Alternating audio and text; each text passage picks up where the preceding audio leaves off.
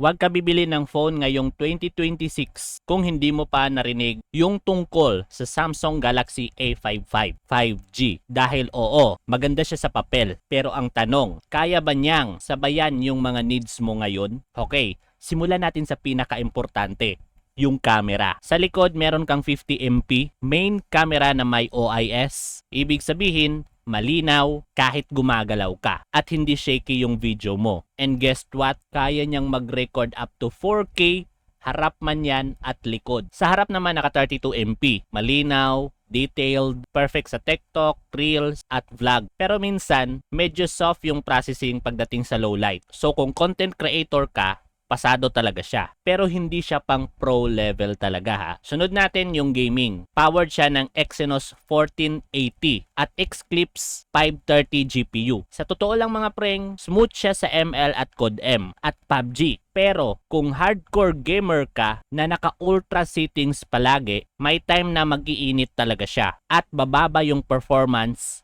after long game session. So, gaming phone ba siya? Yung tanong, hindi. Pero kung casual to mid gamer ka, oo, kayang-kaya. Ngayon sa display naman mga preng, 6.6 inches, naka Super AMOLED at yes, naka 120Hz refresh rate na rin. Sobrang smooth sa scrolling. At ang colors, napakasulit. At mga preng, umabot pa ito sa 1000 nits brightness. Kahit tirik ang araw, kita mo pa rin yung screen mo. Pagdating naman sa battery mga preng, naka 5000 mAh battery capacity. Tumatagal siya ng more than 1 day sa normal use. Pero yung charging niya lang preng is nasa 25 watts lang. So hindi siya yung fastest. Mga around 1 hour sobra bago mapuno. Yung build quality, premium talaga. Glass front and back, aluminum frame, at IP67 rated. It means to say, water resistant siya. So hindi ka nakakabahan kahit mabasa. Software support hanggang 4 major updates. So future proof ka hanggang ilang taon. Ngayon, real talk tayo mga preng. Based sa actual user feedback, maganda talaga yung build,